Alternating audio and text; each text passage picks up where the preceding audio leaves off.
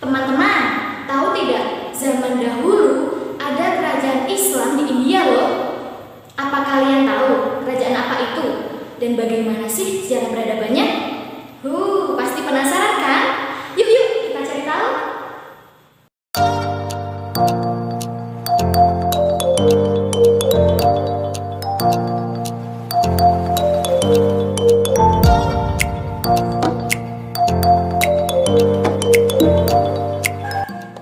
Assalamualaikum teman-teman.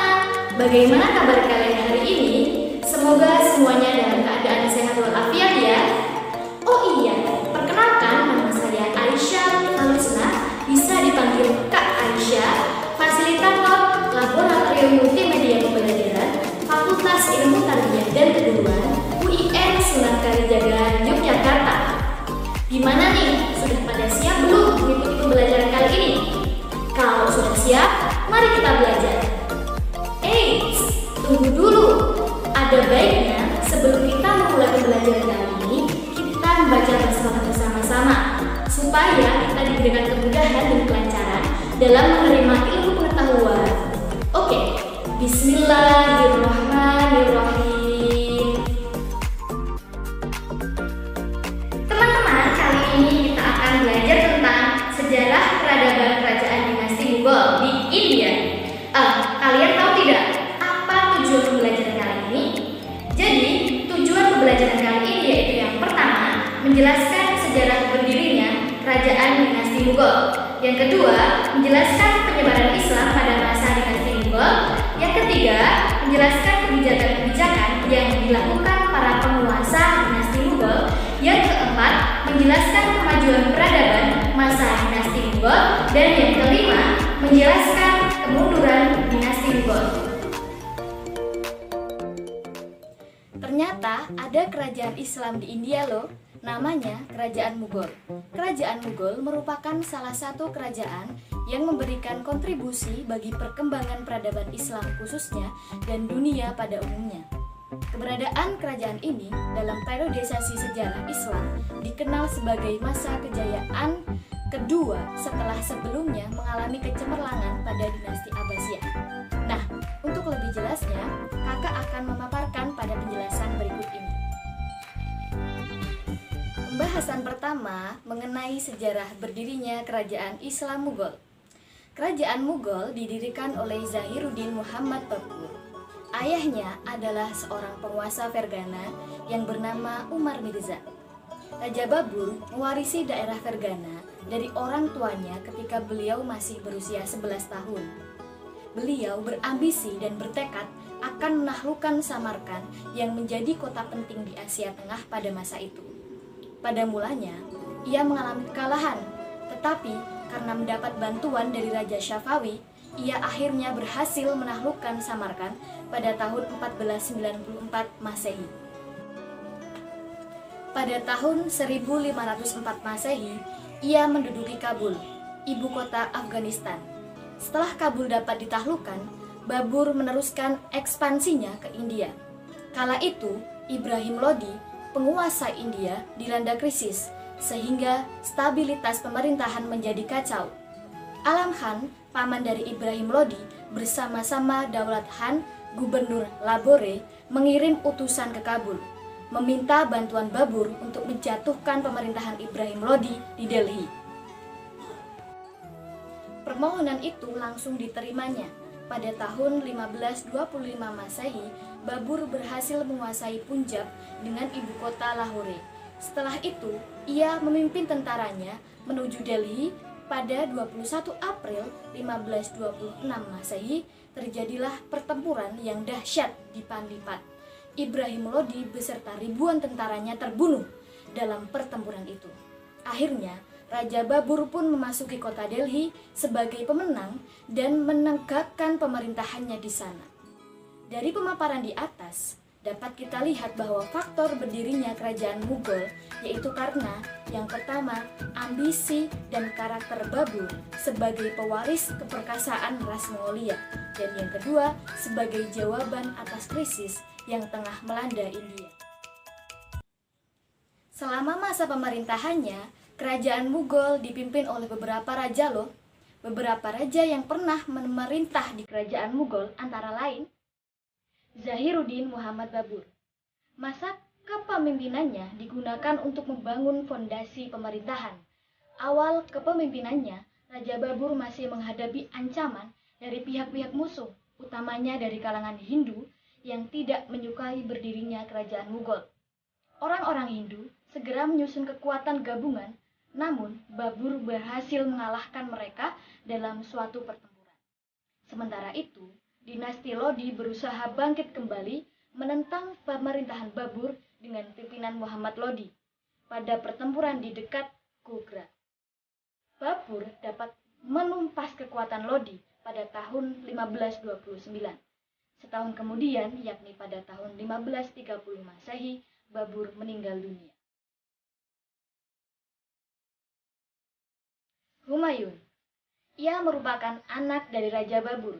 Pada masa kepemimpinannya, ia berhasil mengalahkan pemberontakan Bahadur Shah, penguasa Gujarat yang bermaksud melepaskan diri dari Delhi.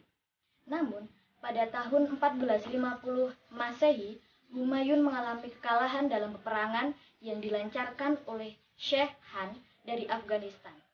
Ia melarikan diri ke Persia. Di pengasingannya, ia kembali menyusun kekuatan. Pada saat itu, Persia dipimpin oleh penguasa Syafawiyah. Setelah 15 tahun menyusun kekuatannya dalam pengasingan di Persia, Humayun berhasil menegakkan kembali kekuasaan Mughal di Delhi pada tahun 1555 Masehi. Kemudian, ia meninggal setahun kemudian.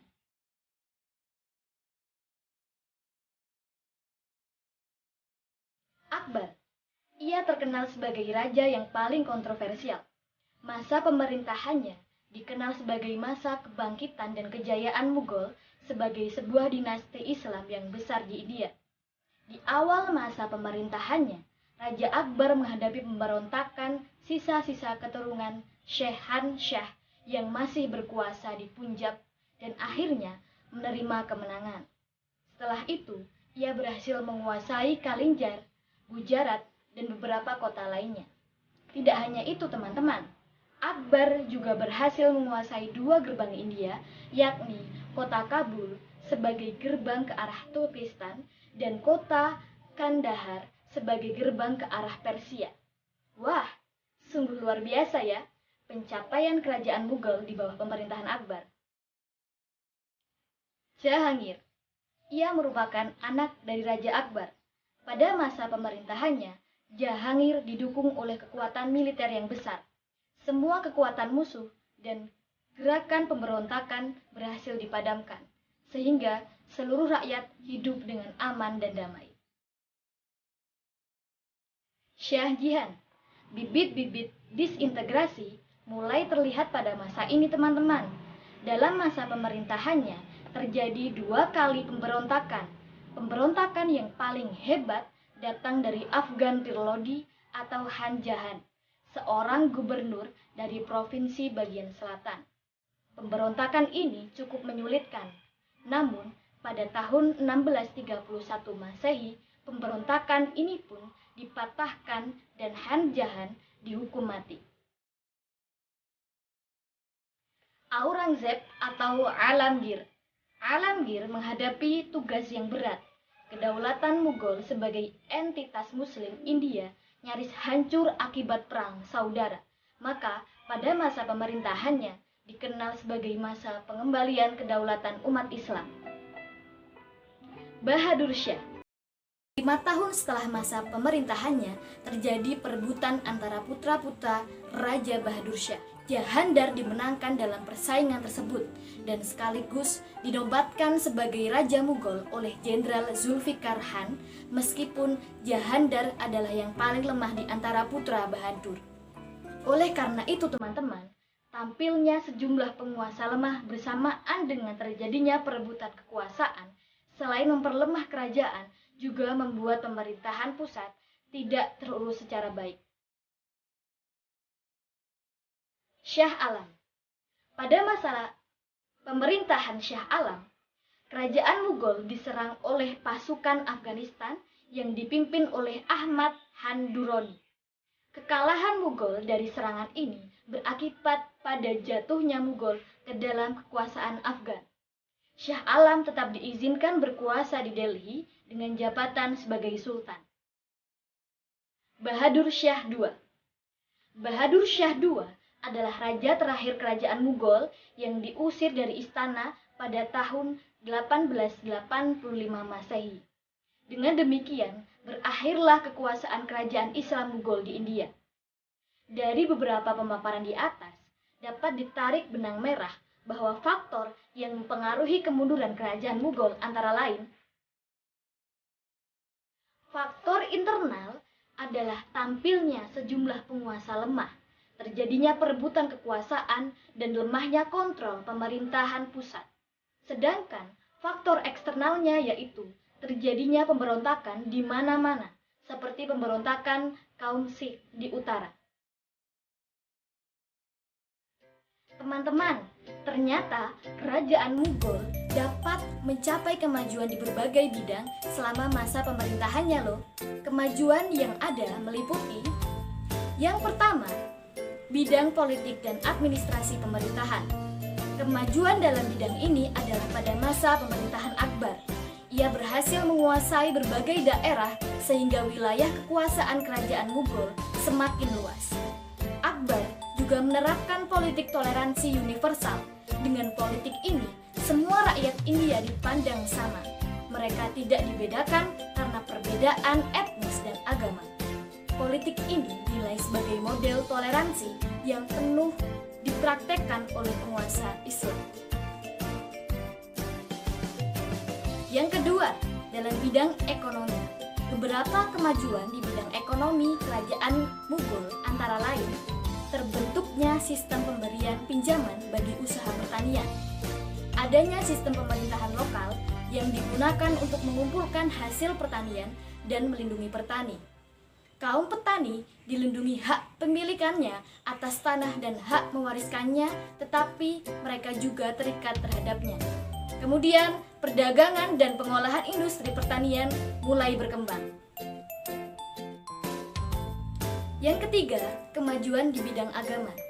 Kemajuan di bidang agama yaitu dengan mulai dibentuknya sejumlah badan keagamaan berdasarkan persekutuan terhadap madhab hukum, tarikat sufi, persekutuan terhadap ajaran syekh, ulama, dan wali individual. Dan yang keempat, dalam bidang seni dan budaya. Kerajaan Mughal termasuk sukses dalam seni terutama arsitektur. Taj Mahal di Agra merupakan puncak karya arsitektur pada masanya.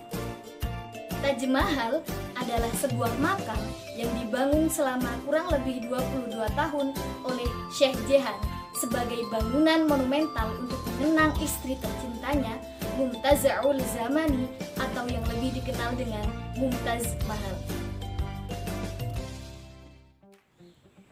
Bagaimana teman-teman? Apakah kalian sudah paham? Semoga sudah paham ya. Nah, kalau sudah paham, kakak mau tanya, pelajaran apa yang dapat kita ambil dari sejarah peradaban kerajaan Mughal? Adakah yang tahu? Jadi, setelah kita mengetahui bagaimana sejarah peradaban, maka seharusnya kita memiliki sikap sebagai berikut. Yang pertama, memiliki semangat ukhuwah kebangsaan.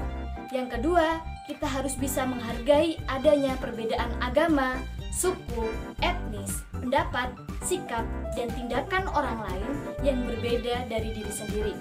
Kemudian yang terakhir adalah kita harus memiliki keinginan untuk selalu berpikir dan melakukan sesuatu untuk menghasilkan cara atau hasil baru dari sesuatu yang telah kita miliki.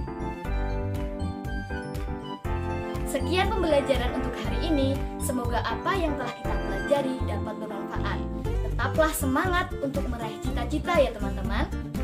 Kalau ada sumur di ladang, boleh kita menumpang mandi. Kalau ada umur yang panjang, boleh kita berjumpa lagi. Sekian dari saya. Apabila banyak kesalahan, mohon maaf. Wassalamualaikum warahmatullahi wabarakatuh.